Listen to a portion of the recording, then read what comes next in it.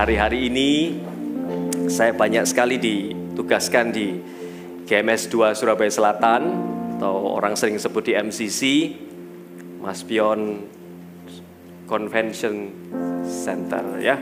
Jadi hari ini saya diberikan tugas untuk ngisi di tempat ini. Thank you buat waktunya. Makasih buat Pak Liang juga yang memberikan waktu.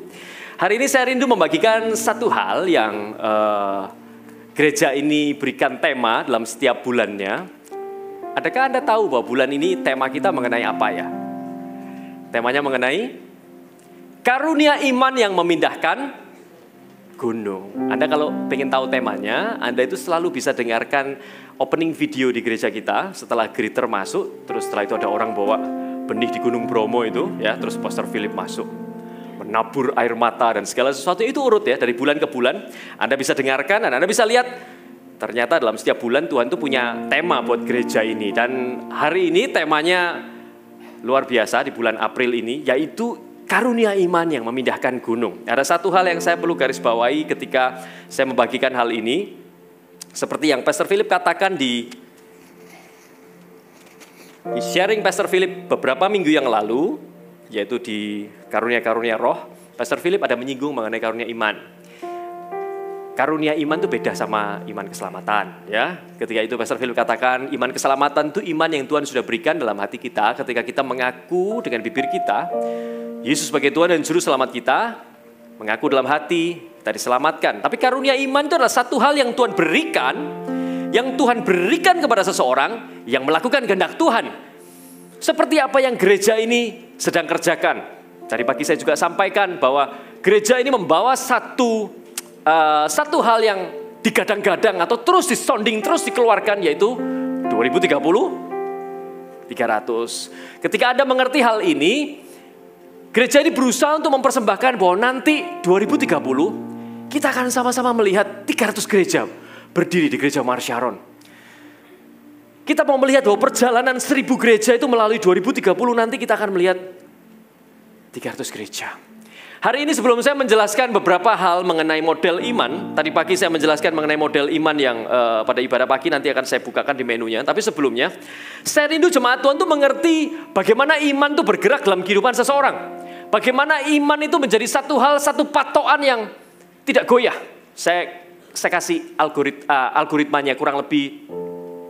Kalau kita beriman tuh kayak apa ya? Ketika kita katakan ya, ketika Pastor Philip menyampaikan 2019 di DX Conference. Siapa yang hadir di DX Conference di Jatim Expo? Ada bisa angkat tangan?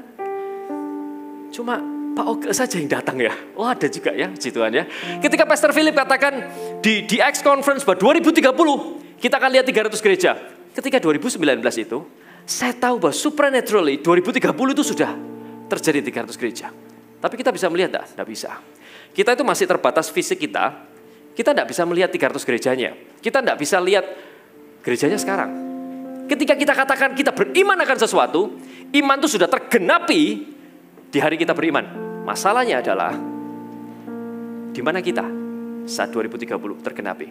Banyak orang mengatakan, wah iman, saya beriman Pak, tapi iman saya tidak jalan Pak. Maksudnya iman saya juga tidak terjadi. Seringkali bukan tidak terjadi saudara. Tetapi seringkali ketika pengenapan iman itu terjadi, kita itu tidak ada di tempat kita.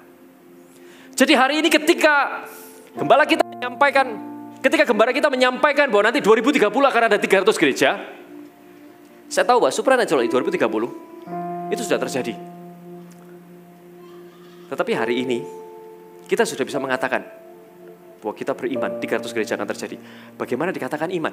Dalam Ibrani 11 dikatakan bahwa iman adalah dasar dari segala sesuatu yang kita harapkan dan bukti dari segala sesuatu yang tidak kita lihat. Maksudnya bukti seperti apa? Cukup dengan kata-kata 2019 itu, yang terekam itu, cukup dengan kata-kata kita beriman bahwa 300 gereja terjadi di 2030. Loh mana buktinya Pak? Tidak ada. Nanti ketika 2030 itu terjadi, 300 gereja berdiri, Anda bisa lihat rekamannya 2019. Bahwa 2019 ada orang-orang berdiri. Ini loh buktinya. Kalau iman itu pernah ditanamkan 2019, belum kelihatan. Karena itu tidak main-main loh iman ini. Iman ini satu tools yang Tuhan berikan dalam kehidupan orang Kristen untuk melakukan sesuatu, apalagi sesuatu yang sesuai dengan kehendak Allah. Di ibadah yang pertama saya sampaikan, iman itu tidak kaleng-kaleng. Karena itu jangan pakai iman kita untuk sesuatu yang murahan. Iman itu harus sejalan dengan Kehendak Allah. Iman tuh harus sejalan dengan apa yang Tuhan mau. Lupa kalau gitu iman tuh hanya berjalan ketika kita mau melakukan visi gereja. Itu sajakah? No. Hari ini orang-orang benar tuh harus temukan kehendak Allah dalam apapun yang Anda lakukan dalam kehidupan Anda. Kalau Anda bekerja di toko listrik, temukan kehendak Allah dalam apa yang Anda kerjakan. Ketika Anda menemukan kehendak Allah dalam apa yang Anda kerjakan, Anda akan punya iman. Toko ini harus berkembang karena Anda punya alasannya. Ketika Anda punya alasannya dan itu sejalan dengan kehendak Allah, iman itu bertumbuh dengan begitu pesatnya. Anda bisa naikkan juga seperti apa yang gereja ini lakukan. Ketika 2019, saya tidak begitu mengerti. Waktu 2019 saya juga istilahnya lihat hal itu ya, saya tidak begitu istilahnya, ya oke lah, saya waktu itu mendengar. Tetapi ketika saya dengarkan lagi, saya tahu bahwa saya harus masuk di sana. Saya tahu nanti ketika 2030, 300 gereja itu terjadi, saya tahu bahwa level iman saya akan naik 3-4 kali lipat ke atas. Karena itu gereja Tuhan, jemaat Tuhan. Kalau hari ini Anda sudah tahu bahwa gereja kita itu sedang mengerjakan satu hal yang digadang-gadang, 2030 300. Masuklah dalam kegerakan ini. Karena ketika nanti 2030, beberapa dari Anda akan naik level imannya. Tidak cuma satu level, bisa 4-5 kali lipat naik level iman. Hari ini tuh gereja kita itu memberikan sebuah kayak gerbong kereta api. Ada orang yang cuman melipat tangannya, wah ya 2030 akan terjadi. Ketika nanti 2030 terjadi itu kita cuma akan lihat, wow keren ya. Ternyata dahsyat rencana Tuhan itu terjadi dan digenapi ya. Apa kita itu mau jadi murid Tuhan Yesus yang ketika Tuhan Yesus naik ke surga itu lihat ke atas gini.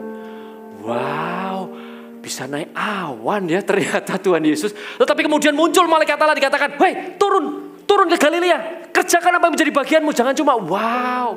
Hari ini kita mau jadi orang yang seperti apa? Yang wow? Atau jadi orang yang sudah bawa pacul sama cangkul, mengerjakan bersama-sama. Ketika saya memahami hal ini, saya pastikan saya masuk di imannya. Saya adopsi juga, saya kerjakan imannya. Dan saya bilang sama orang-orang yang ada di under saya waktu itu, di kepemimpinan saya katakan, Anda tidak akan temui saya 2030 di kursi penonton. Saya katakan, Anda akan temukan saya di lapangan. Saya sedang sibuk-sibuknya berlari kanan dan kiri, mengerjakan apa yang menjadi kehendak Tuhan. Hari ini jemaat Tuhan, saya mengajak setiap saudara untuk mengerti hal ini, bahwa iman itu tidak kaleng-kaleng. Iman itu ketika kita mengatakan mengenai iman akan sesuatu, iman itu sudah terjadi loh. Tapi iman itu harus disertai dengan perbuatan. Di ibadah yang pertama, saya katakan bahwa iman itu harus ada perbuatannya. Karena kita tidak bisa bilang beriman, tapi kita tidak sesuai perbuatannya. Kita bahkan tidak bisa ngomong, oh iya saya beriman kepada Tuhan Yesus, tapi perbuatan tidak setia. Tapi perbuatan tidak sesuai. Baru ngantri di rumah makan, diserobot orang, sudah marah-marah. Harus sesuai dengan perbuatan. Kalau memang imanmu kepada Tuhan, kita harus sesuaikan dengan perbuatan kita. Ada kalanya kita itu menahan perbuatan daging kita, supaya itu membuktikan bahwa kita itu beriman kepada Tuhan. Kita tuh tidak bisa bilang kita beriman tapi kita tidak melangkah apa-apa. Perbuatan tetap baik kayak dulu. Harus ada perubahan. Dan kita mau kerjakan perubahan iman itu. Amin saudara. Hari ini sebelum saya memberikan satu model iman, saya ini cuma tahu bahwa ketika kita beriman, kita itu seperti melemparkan sauh ke satu tempat yang jauh. Dan ketika kita melemparkan jangkar kita itu bahasa Indonesia itu nyantol di tempat yang kuat. Terkait di tempat yang kuat. Jangkar kita itu terkait di tempat yang kuat. Bukan terkait pada sesuatu yang rapuh. Ketika kita katakan iman, loh kok bisa seperti itu Pak? Hari ini saya dapati ketika di ayat firman Tuhan, saya dapati ketika saya bersaat teduh, saya mendapatkan sebuah informasi yang bocor mengenai statusnya Tuhan. Tuhan tidak sedang berusaha untuk memberitahu statusnya, tapi tiba-tiba ketika saya baca, ada satu informasi yang membuat kita menjadi faham bahwa sebetulnya Tuhan itu sedang menjelaskan mengenai statusnya. Kita buka di 2 Timotius 2 ayat yang ke-11. Saya akan bantu baca. Benarlah perkataan ini, jika kita mati dengan Dia, kita akan hidup dengan Dia. Jika kita bertekun, kita pun akan ikut memerintah dengan Dia.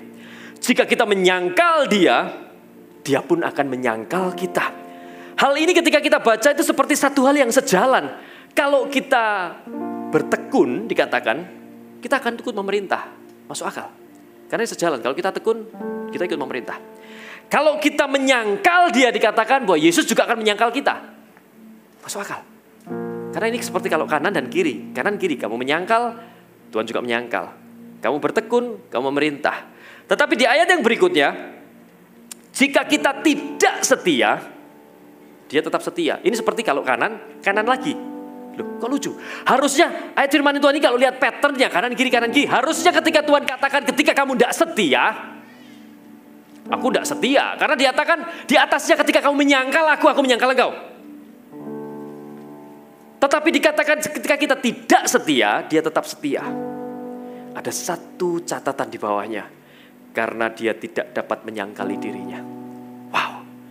Ketika saya mendapati hal ini, saya itu sedang belajar sesuatu dari ayat firman Tuhan. Saya itu sedang baca-baca ayat firman Tuhan.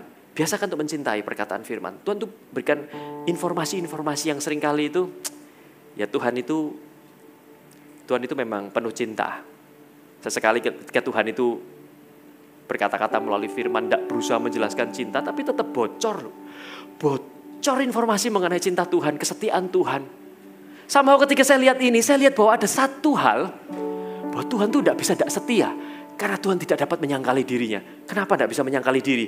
Karena ketika saya pahami hal ini, kesetiaan ini adalah satu kata-kata yang tidak mudah untuk didapatkan. Seseorang mendapatkan stempel setia ketika mereka menyelesaikan tugasnya dan menyelesaikannya dalam waktu tugas mereka yang tepat dan tidak membatalkan atau mungkin gagal di tengah jalan. Seseorang mendapatkan stempel setia itu ketika mereka melakukan sesuatu, menyelesaikannya dan menyelesaikannya di masa tugasnya. Kalau Tuhan katakan karena aku ini setia, berarti Tuhan itu sudah dapat stempelnya. Berarti kalau kita lihat, kenapa Tuhan itu dikatakan bisa ngeklaim dirinya kalau aku ini setia? Karena Tuhan itu dikatakan aku ini alfa dan omega. Aku ini yang awal dan akhir. Ketika aku katakan, ketika aku percaya kepadaku, surga menjadi bagianmu, surga itu tidak pernah batal. Jadi kalau hari ini saya boleh sampaikan, hari ini kalau kita punya iman kepada Kristus, jemaat Tuhan, surga tidak pernah tutup. Surga tidak pernah tutup buat kita. Hari ini kalau kita menjaga iman kita tahu bahwa surga itu tidak pernah tutup buat kita. Hari ini kita itu belum dapat stempel setianya. Saya pun belum. Apa yang kita dapatkan? Hari ini kita mengerjakan kesetiaan kita. Sampai ketika waktunya habis, didapati bahwa saya masih setia. Dengan beribadah, dengan ber-CG, dengan membiarkan diri dalam komunitas yang sehat, kita tuh membiarkan diri iman kita itu terpelihara dengan baik. Tuhan itu setia adanya. Dia tidak bisa membatalkan apa yang Tuhan sudah berikan. Ketika Tuhan katakan kau akan diselamatkan. Kau akan diselamatkan. Loh, tapi kok ada orang yang tidak diselamatkan? Karena ketika Tuhan itu sudah taruh nama kita di manifestnya. Saya kasih ilustrasi ini ya. Ketika kita taruh, Tuhan aku percaya engkau sebagai Tuhan dan Juru Selamat. Nama kita itu tertulis dalam kitab kehidupan. Kalau kita mau naik pesawat itu ada manifest penumpang ya. Namanya muncul. Pesawat ini akan berangkat dengan orang-orang yang sudah ditulis. Tapi kalau orangnya tidak datang ke airport, ya tidak berangkat, saudara. Kalau orangnya tidak datang ke airport, tidak berangkat. Hari ini ketika kita mengenal Tuhan, Tuhan itu sudah taruh nama kita. Namun seringkali manusia itu gagal setia di tengah jalan. Sehingga akhirnya ketika Tuhan memberikan waktunya sudah selesai untuk berangkat, didapati orang itu tidak setia. Sorry, surga tidak pernah tutup. Tapi seringkali iblis membuat kita tidak pernah nyampe ke surganya. Iblis tidak bisa batalkan surga. Iblis itu sudah tidak ada kuasanya. Tapi iblis itu bisa membuat kita tidak pernah sampai ke airport. Iblis itu bisa buat kita tidak pernah nyampe ketemu sama Tuhan ya. Padahal nama kita sudah ada di sana. Di surga sudah ada nama saya dan nama Anda. Hari ini kita mau belajar bahwa Tuhan itu ada di belakang, di akhir hidup kita. Itu sebabnya ketika saya katakan saya beriman akan kegerakan Tuhan. Dalam CG kita misalnya, dalam keluarga kita atau mungkin dalam pekerjaan kita. Kita tahu bahwa kita menambatkan jangkar itu kepada sesuatu yang kuat. Karena Tuhan itu sudah ada di akhir dari kehidupan kita. Kita tuh mantap sekali bahwa memang Tuhan itu ada di sana. Dan Tuhan tidak main-main. Semua itu tidak terjadi kalau kita main-main. Kalau kita tidak main-main, kita harus kerjakan juga. Seseorang yang punya iman misalnya. Saya beriman Pak, nanti 2 tahun lagi saya akan melihat ini. Anda juga harus lihat, Anda juga harus bikin timelinenya. Kalau 2 tahun lagi saya akan lihat ini, berarti 1 tahun sebelumnya saya sudah harus lihat ini. Berarti 3 bulan berikutnya saya juga harus lihat ini. Ada anak CG datang ke tempat saya waktu itu, bilang gini, kok saya mau datang saya mau bawa persembahan, saya mau bawa CG saya multiplikasi. Anda tahu ya di sini sudah tahu CG semua pastinya. Saya mau multiplikasi nanti berapa bulan lagi. Kemudian saya tanya, kalau kamu sudah punya iman seperti itu, kamu harus bikin timelinenya. Kalau nanti 6 bulan lagi, berarti 3 bulan berikutnya kamu harus lihat, sudah ada leadernya enggak? Sudah ada orangnya enggak? Kalau belum ada, taruh iman di sana juga. 1 bulan berikutnya kamu harus lihat, ada jiwa-jiwanya enggak? Jadi iman itu juga harus disertai sesuatu yang kita bisa lakukan. Selebihnya itu kehendak Tuhan. Selebihnya itu perkenanan Tuhan. Dan hari ini saya rindu memberikan sebuah model iman. Ketika kita mengerti hal ini, kita tahu bahwa ketika kita ngomong beriman itu tidak main-main. Katakan kanan kirinya, iman itu tidak main-main. Kurang kencang saudara. Agak ini supaya bangun ya. Katakan sebelah kanannya, iman itu tidak main-main gitu ya. Ke kanan ya, sudah ke kanan. Katakan sama kirinya, sudah tahu bilang gitu ya. Yes. Ya. Saya rindu ketika melihat hal ini. Kemudian Tuhan itu taruh satu nama Nuh terngiang-ngiang di kepala saya ketika saya baca saksi-saksi iman di Ibrani 11. Ketika saya baca itu, kemudian saya itu mulai melihat sebetulnya apa ya yang Nuh lakukan ya. Kok sampai Nuh itu terhitung sebagai saksi-saksi iman. Nah hari ini sambil menjelaskan ini saya akan menjelaskan menu khotbah saya hari ini. Kejadian 6 ayat yang ke-14. Buatlah bagimu sebuah bahtera dari kayu gofir. Bahtera itu harus kau buat berpetak-petak dan harus kau tutup dengan pakal dari luar dan dari dalam. Beginilah engkau harus membuat bahtera itu. 300 hasta panjangnya, 50 hasta lebarnya, dan 30 hasta tingginya. Buatlah atap pada bahtera itu dan selesaikanlah bahtera itu sampai sehasta dari atas dan pasanglah pintunya pada lambungnya. Buatlah bahtera itu bertingkat bawah, tengah, dan atas. Sebab sesungguhnya aku akan mendatangkan air bah meliputi bumi dan memusnahkan segala yang hidup dan bernyawa di kolong langit. Saya lompat ya. Saya lanjutkan 18. Tetapi dengan engkau aku akan mengadakan perjanjianku. Engkau akan masuk ke bahtera itu. Engkau bersama-sama dengan anak-anakmu dan istrimu dan istri anak-anakmu. Ayat 22. Lalu Nuh melakukannya tepat seperti yang diperintahkan Allah kepadanya. Demikianlah dilakukannya. Ketika saya lihat hal ini, di ayat firman Tuhan itu juga katakan bahwa Nuh itu terhitung sebagai saksi iman karena dia ini taat. Karena dia taat. Saya melihat bahwa ya betul memang Nuh ini seorang yang taat. Dikatakan bahwa ketika Tuhan ngomong, kamu harus bikin bahtera. Nuh itu bikin bahtera itu 120 tahun, saudara. Ketika Tuhan bilang, kamu harus bikin bahtera ya. Ketika Tuhan sudah ngomong, Nuh itu masih harus hidup 120 tahun sama ketemu sama orang-orang yang ada di sekelilingnya yang tanya, Nuh, apa yang kamu buat Nuh? Bahtera. Buat apa? Nanti ada air bah. Air bah kapan Nuh? Hujan aja loh, enggak pernah sampai banjir, gunung-gunung kok sampai kamu buat bahtera. Nuh itu harus tetap memegang kebenarannya di tengah orang-orang. Kebenaran firman dipegang oleh Nuh. Dan ketika Nuh itu naikkan imannya, dia melangkah. Itu sebabnya di ibadah yang pertama saya berikan judul iman yang bertindak. Ada menunya? Ya, ibadah yang pertama saya berikan judul bahwa iman yang bertindak. Iman itu memang harus bertindak. Iman itu harus melangkah, karena iman kalau tidak disertai perbuatan, hakikatnya adalah mati. Di ibadah pertama saya sampaikan, dan kemudian ketika saya mendapati bahtera Nuh ini, Tuhan memberikan, kamu bikin 300 hasta panjangnya, 50 hasta lebarnya, 30 hasta tingginya. Kemudian ketika saya bayangkan, saya tuh suka bayang-bayangan gitu saudara. Kalau saya duduk merenung gitu ya, karena saya tuh membayangkan, bahtera ini kayak apa ya, kemudian saya browsing juga. Tapi waktu saya browsing tuh modelnya bisa aneh, macam-macam saudara. Ketika kalau saya baca firman Tuhan, modelnya itu yang kotak kayak tepak pensil gitu ya. Kemudian ketika saya melihat ini, dalam hati saya itu nyeletuk keluar satu pendapat yang saya itu tidak bertanya kepada Roh Kudus. Saya tidak tanya, Tuhan kenapa gini? Saya cuma bilang gini, bikin bahtera tapi tidak ada setirnya. Kok tidak ada kemudinya ya? Kan repot ya. Kalau saya jadi Nuh, saya tanya, loh Tuhan, saya disuruh masuk di kotak itu, tapi tidak dikasih setir. Nanti kalau nabrak kanan, nabrak kiri gimana Tuhan? Bukankah saya ini diresikokan hidup saya ketika saya ini percaya sama Tuhan? Tapi kemudian ya, Roh Kudus itu jawab saya, walaupun saya tidak tanya, itu begini. Roh Kudus tidak audible ya, tidak audible. Tapi perkataan itu kuat dalam hati ngomong gini. Karena ketika engkau masuk dalam karunia iman, engkau tidak perlu kemudinya. Tuh kenapa?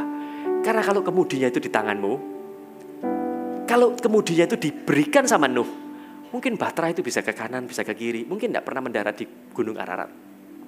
Tiba-tiba Tuhan itu bilang, karena memang aku tidak kasih kemudi, kamu itu harus belajar percaya sama aku. Ketika seseorang beriman, dia tidak bisa kontrol.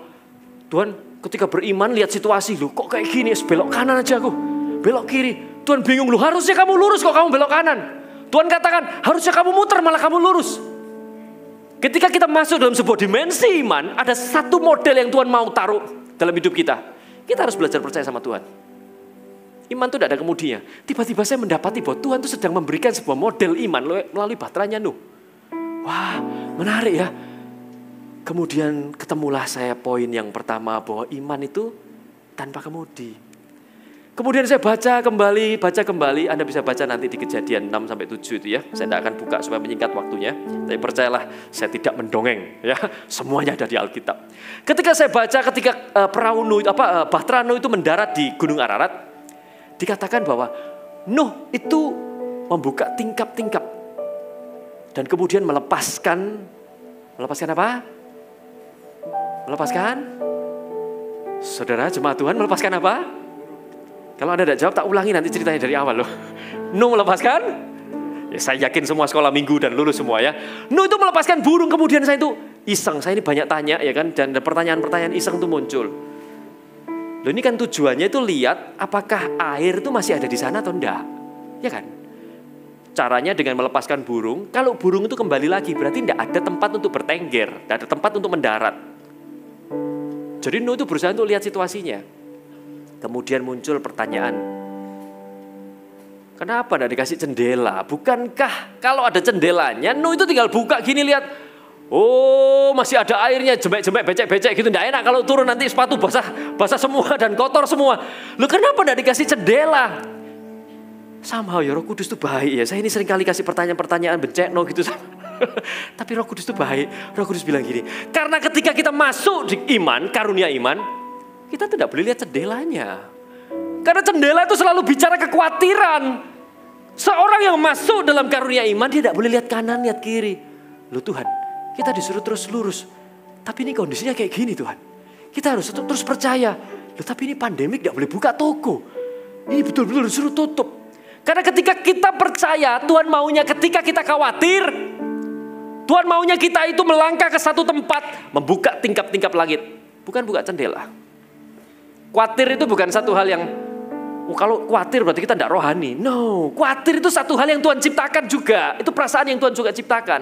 Nanti di ibadah yang selanjutnya, saya akan kasih judul Iman Tanpa Jendela. Saya akan jelaskan kenapa kok tanpa jendela. Saya akan jelaskan banyak hal mengenai kekhawatiran di ibadah yang berikutnya. Kemudian ketika saya baca lagi, saya dapatkan sebuah model iman tanpa pintu. Loh dari mana mau jelas-jelas Tuhan bilang? Buat pintu pada lambungnya.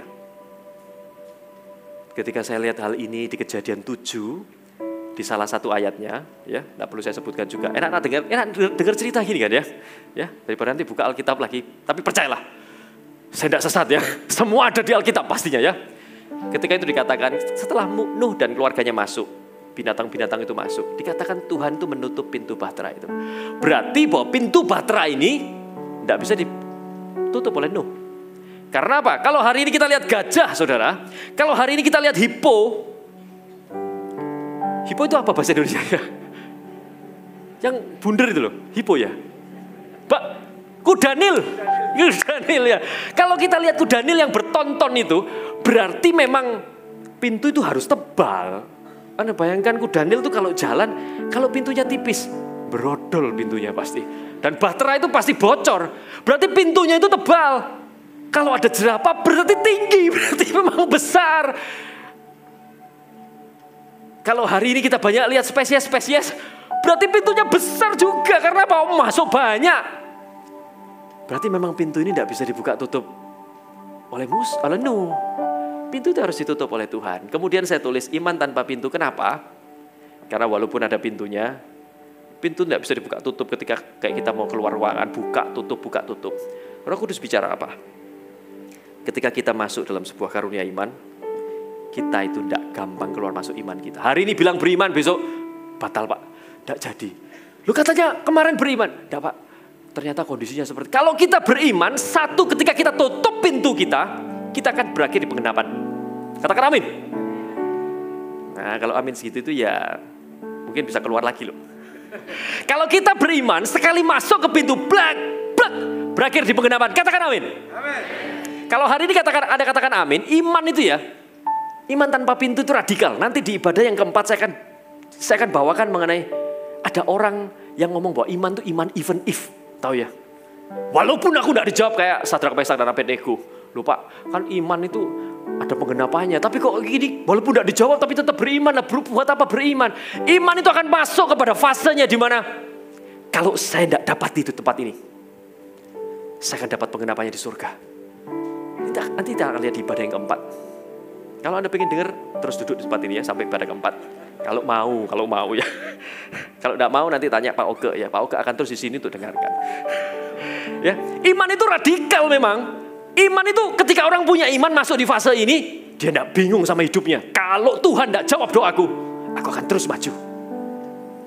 Karena Pastor Philip itu pernah bilang gini, apa yang tidak kamu nikmati di dunia, kamu nikmati di surga. Loh, terus gimana caranya masuk iman? Kalau ternyata gitu Pak, semua itu ada fasenya. Iman itu ada modelnya. Dan saya rindu jemaat juga mengerti. Ada model-model yang harus kita mengerti ketika kita masuk dalam karunia iman. Iman tanpa pintu. Dan kemudian yang kelima adalah iman yang menarik perhatian. Ketika Tuhan duduk di tahtanya, orang-orang yang beriman tuh kayak pop up gitu. Punya iman. Tapi ada satu iman yang digunakan yang membuat Tuhan tuh ketika Tuhan nulis ini ya. Tuhan kemudian, iman yang kayak apakah yang seperti itu? Nanti kita akan pelajari di ibadah yang kelima. Namun saat ini kita kembali di ibadah yang kedua, yaitu iman tanpa kemudi. Apa yang kita mau pelajari di iman tanpa kemudi? Tuhan mau bahwa di iman tanpa kemudi kita itu tidak jadi orang yang berusaha untuk mengendalikan Tuhan. Loh, apa kita ini harus pasrah bongkoan? Beberapa waktu yang lalu ketika saya sharingkan mengenai persiapan, beberapa waktu yang lalu saya sempat diminta untuk sharing di doa pagi. Saya sharingkan bahwa kita tuh bukan mau ngatur Tuhan, tapi ada porsi-porsi yang memang masih bisa kita lakukan. Di Amsal 21 ayat 31 itu dikatakan bahwa kuda dipersiapkan untuk peperangan, tetapi kemenangan itu di tangan Tuhan. Apa maksudnya Pak? Bukankah kemenangan di tangan Tuhan? Walaupun kita itu maksudnya kalau lain punya fasilitas macam-macam, kita tidak punya fasilitas, tetap Pak percaya kemenangan di tangan Tuhan. Ada satu pesan kuat yang Tuhan katakan bahwa kuda diperlengkapi untuk hari peperangan. Itu berarti bahwa Anda juga harus lakukan persiapan. Kalau sampai ada kuda di peperangan, itu berarti negara yang sedang menghadapi peperangan itu sedang mempersiapkan peperangannya dengan baik. Kuda itu senjata perang yang mutakhir zaman itu. Tuhan itu tetap mau bagian kita dilakukan. Tapi tetap percaya bahwa kendalinya itu di tangan Tuhan. Kita tetap percaya bahwa kendalinya di tangan Tuhan. Tangan Tuhan itu ada di sana. Tangan Tuhan itu ada di sana yang menentukan kemenangan kita. Kita tuh tidak bisa pegang kendalinya. Karena kalau kita manusia pegang kendalinya, kita akan tahu kemana iman Anda akan berakhir.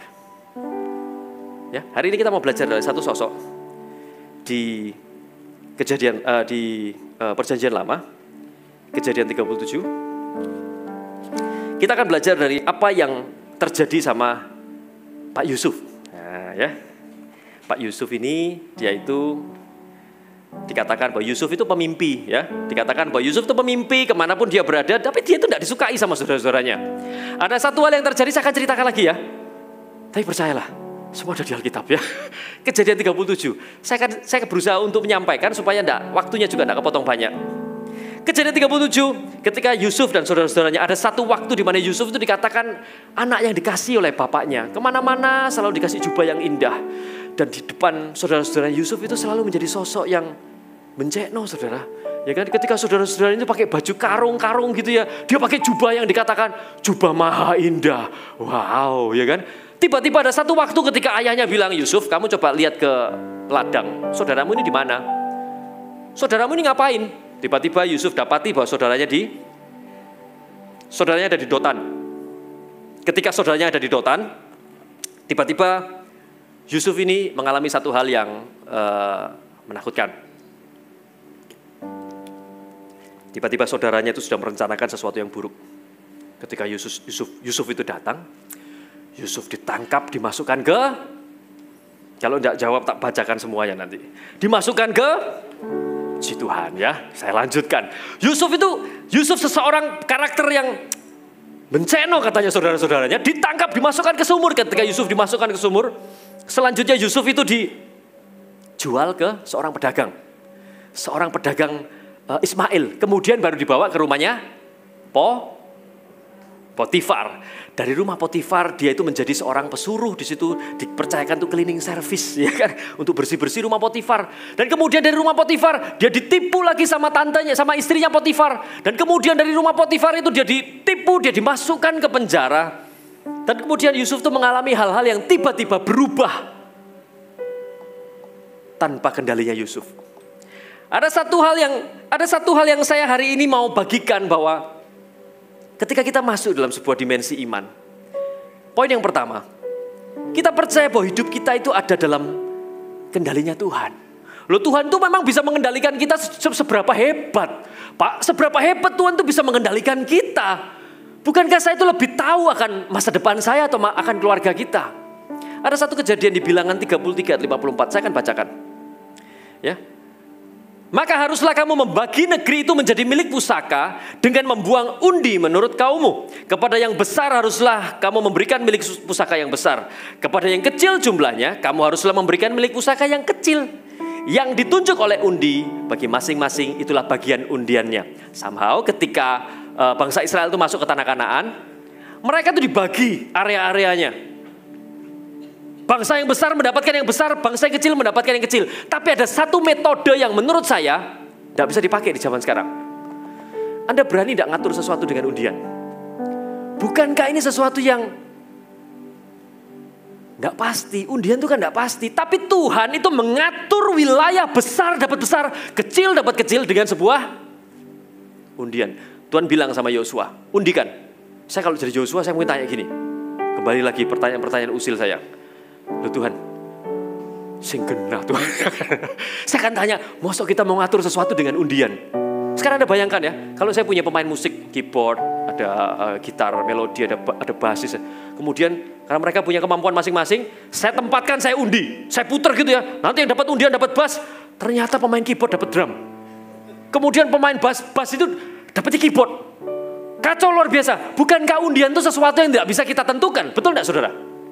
Tetapi ini yang Tuhan lakukan. Bahwa dengan mengundi, aku bisa mengatur hidupmu. Saudara tahu enggak?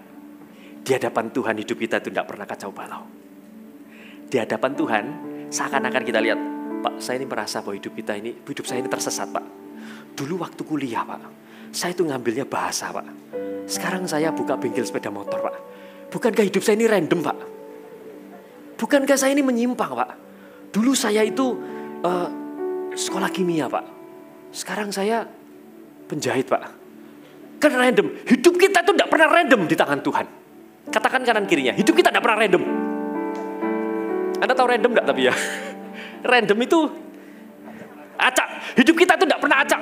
Di dalam Tuhan, hidup kita itu tidak pernah sembarangan. Hari ini ada yang katakan, aduh hari ini kok aku belum dapat jodoh ya. Mungkin memang Tuhan mau, belum dapat, Tuhan maunya nanti tahun depan. Katakan amin yang belum dapat jodoh. Tuhan tuh punya waktunya, Tuhan tuh punya momennya.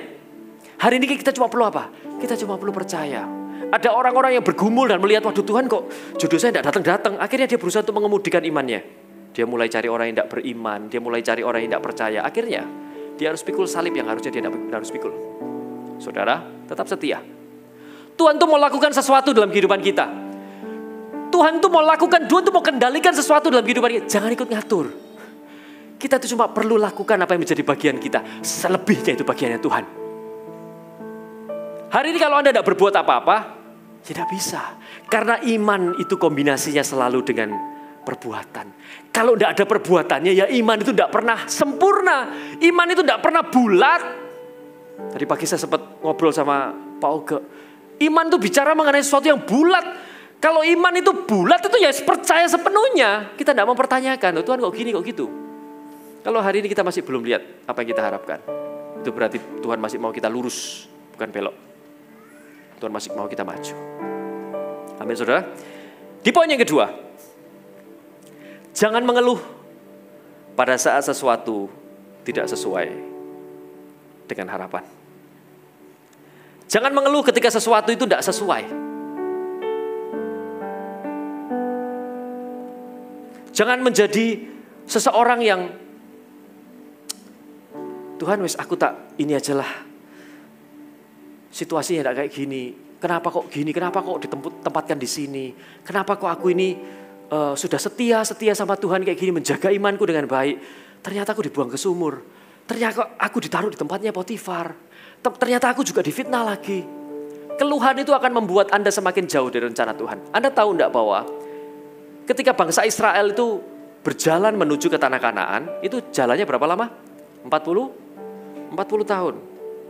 Karena keluhan-keluhan yang mereka lakukan, mereka harus membayar 1 hari masa pengintaian, itu menjadi 1 tahun masa tunggu.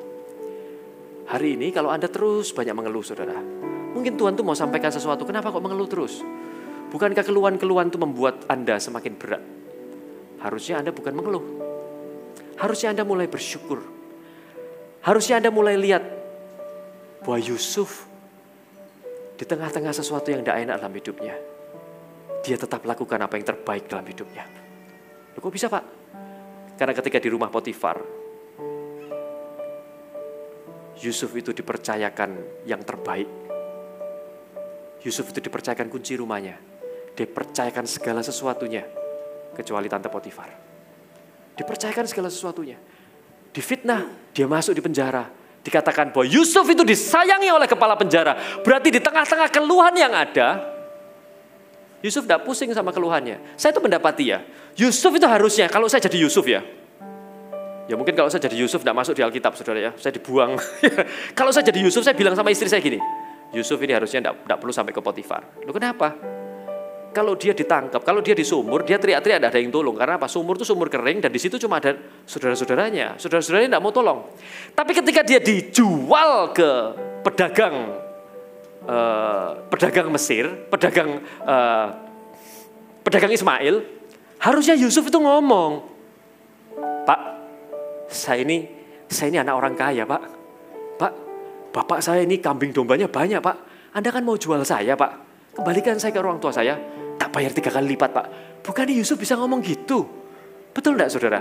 Betulnya Yusuf itu harusnya bisa mempertahankan statusnya, Pak, saya ini anak orang kaya, Pak. Pak, saya anak orang kaya, Pak. Terus istri saya itu bilang gini, ya kan bahasanya lain lah. Dia kan orang Ismail, enggak bisa bahasanya. Lu manusia itu kalau bahasa enggak sama, dia bisa pakai bahasa menyot.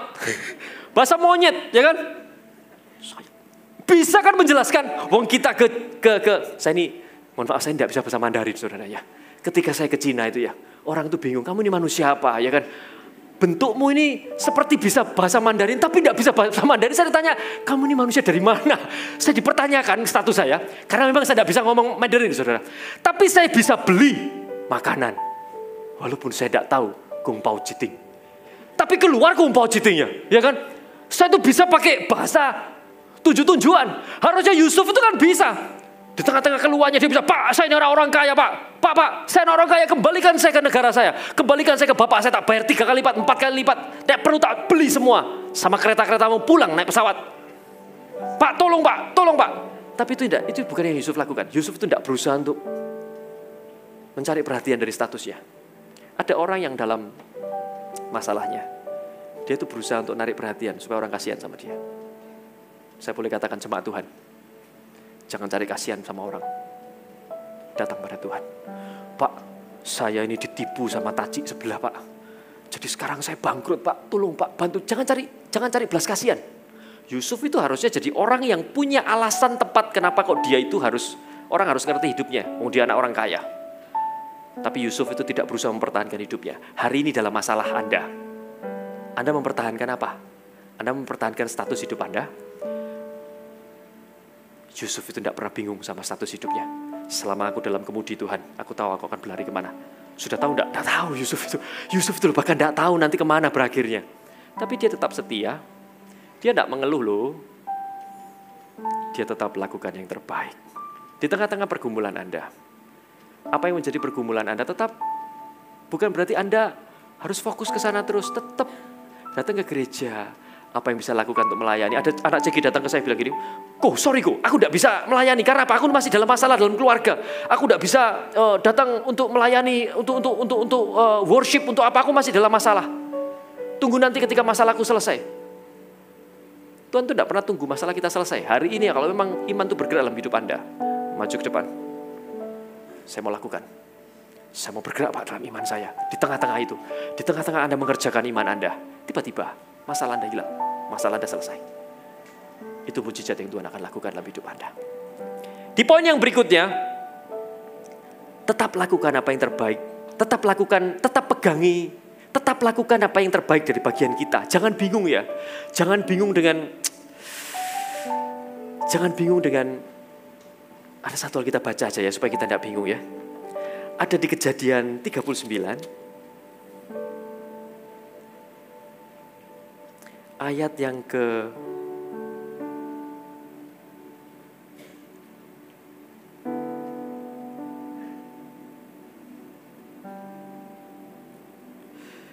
ayat 39 ayat 1. Saya akan mulai baca, Anda bisa simak.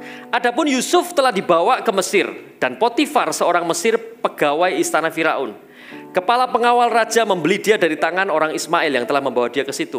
Tetapi Tuhan menyertai Yusuf sehingga ia menjadi seorang yang selalu berhasil dalam pekerjaannya. Maka tinggallah ia di rumah tuannya orang Mesir itu. Setelah dilihat oleh tuannya bahwa Yusuf disertai Tuhan, bahwa Tuhan membuat berhasil segala sesuatu yang dikerjakannya. Saya ulangi ayat 3. Setelah dilihat oleh tuannya siapa? Potifar. Potifar ini menyembah Tuhan enggak? Enggak. Kok bisa tapi Tuhan ditulis di sini ya? Setelah dilihat oleh Potifar bahwa Yusuf disertai oleh Tuhan, bahwa Tuhan membuat berhasil apa yang dikerjakannya. Ini berarti bahwa Potifar itu tidak kenal Tuhan. Tetapi ketika Potifar itu melihat Yusuf, yang dilihat itu bukan masalahnya. Yang dilihat itu Tuhannya. Bisakah kita di tengah-tengah masalah kita, yang muncul itu tetap Tuhannya, bukan masalah kita? Jangan berusaha untuk menunjukkan kalau kita ini dalam masalah. Manusia itu tidak akan membuat Anda menjadi lebih baik. Tuhan yang akan membuat masalah Anda lebih baik.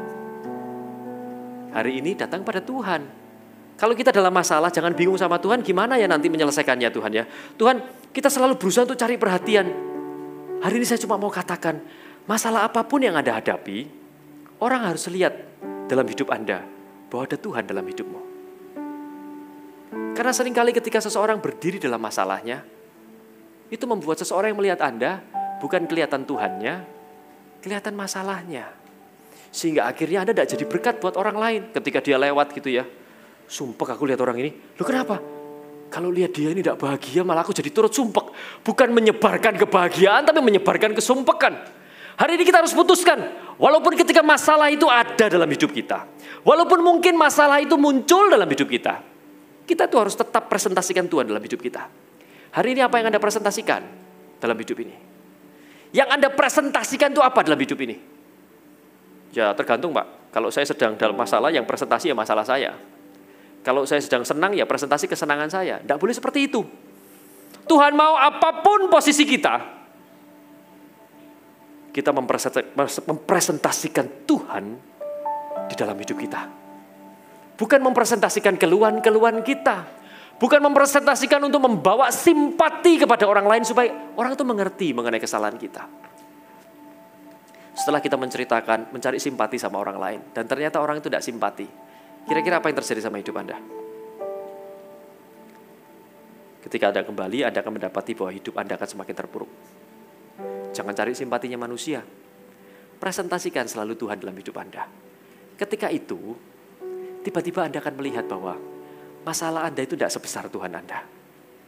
Saya terus mendapati ya dalam hari-hari saya, orang-orang yang masih ada di dalam masalah, tetapi mau melibatkan dirinya kepada Tuhan. Mereka itu menemukan apa yang terpenting dalam hidupnya. Mereka itu menemukan apa yang menjadi poin utama dalam hidupnya. Tiba-tiba, masalah yang menjadi momok utama besar dalam hidupnya itu tiba-tiba turun derajat. Menjadi sesuatu hal yang tidak penting. Tiba-tiba Tuhan menjadi yang terpenting dalam hidupnya. Ketika mereka itu menaruh Tuhan yang menjadi yang terpenting dalam hidupnya, tiba-tiba Anda dibawa untuk melihat Tuhan melepaskan masalah-masalah Anda. Hari ini jemaat Tuhan, Anda harus bisa melihat bahwa Tuhan memang mau bahtera itu tidak ada kemudinya. Saya undang untuk PAW bisa naik ke atas. Bahwa memang Tuhan itu tidak kepingin ada kemudinya. Tuhan tidak kepingin ketika Anda itu punya iman, terus Anda itu bisa mengendalikan iman Anda. Ada satu fase di mana Tuhan cuma mau kita ini percaya. Jangan terlalu banyak tanya. Kadang ya Tuhan itu cuma mau kita itu percaya. Loh, tapi saya punya banyak pertanyaan Pak. Pertanyaan-pertanyaan saya ini belum terjawab. Di tengah-tengah kita pertanyaan, kita tidak melangkah karena tidak terjawab. Tiba-tiba kita kehilangan waktu. Tiba-tiba kita tidak menemui waktu kita. Tiba-tiba kita mendapati bahwa hidup kita tidak diselamatkan. Karena kita terlalu sibuk dengan bertanya. Karena saya tidak dapat jawabannya Pak. Karena Tuhan itu kadang-kadang tidak bisa kasih jawabannya langsung, saudara. Tuhan tuh mungkin tidak bisa ngomong sama Yusuf, nanti kamu ikut di penjara, sampai di penjara kamu akan naik ke tahta. Tidak bisa. Karena ketika seseorang tahu endingnya, itu akan berubah kesetiaannya. Tuhan mau kita setia, di gunung maupun di lembah. Hari ini kalau memang kita tidak tahu endingnya, percaya saja. Karena kita ini bukan di atas, kita ini di bawah. Yang perlu kita lakukan adalah kita cuma perlu melihat ke atas. Kita perlu melihat ke atas. Walaupun tidak ada kemudinya, aku tahu Tuhan, bahtera ini akan berhenti di suatu tempat yang tepat. Hari ini ketika Anda melihat, Tuhan seakan-akan seperti keluarga saya ini mengarah ke satu tempat yang tidak tahu Tuhan, tidak jelas kayaknya istri saya juga seperti itu, anak saya seperti ini. Ketika Anda itu memutuskan Tuhan, aku taruh iman dalam keluarga saya, temukan alasannya, temukan kehendak Allah dalam keluarga Anda. Ketika Anda menemukan kehendak Allah dalam keluarga Anda akan punya iman yang pasti. Keluargaku ini akan dipulihkan. Keluargaku ini akan dipulihkan. Karena nanti setelah dipulihkan, aku tahu bahwa istriku itu akan dipakai Tuhan. Aku tahu bahwa suami itu akan dipakai Tuhan. Aku tahu bahwa anak-anakku akan datang melayani Tuhan. Ketika Anda menemukan kehendak Tuhan dalam masalah Anda, akan punya iman yang tidak akan bisa ditawar. Ketika Anda melihat, Tuhan kerjaan saya ini seakan-akan tidak jelas. Seakan-akan kerjaan saya tidak tahu mau kemana. Temukan kehendak Allah di sana. Hari ini tidak pernah, hidup kita itu tidak pernah tidak jelas di hadapan Tuhan. Tidak jelas katanya kita memang tidak jelas. Karena kita itu terbatas untuk tahu. Tapi Tuhan yang tahu segalanya.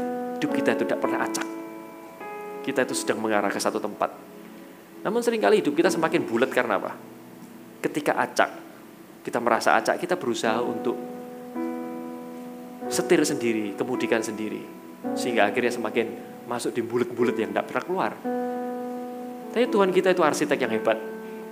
Tuhan temukan orang-orang yang bulat untuk Tuhan lepaskan dari kesesakan mereka.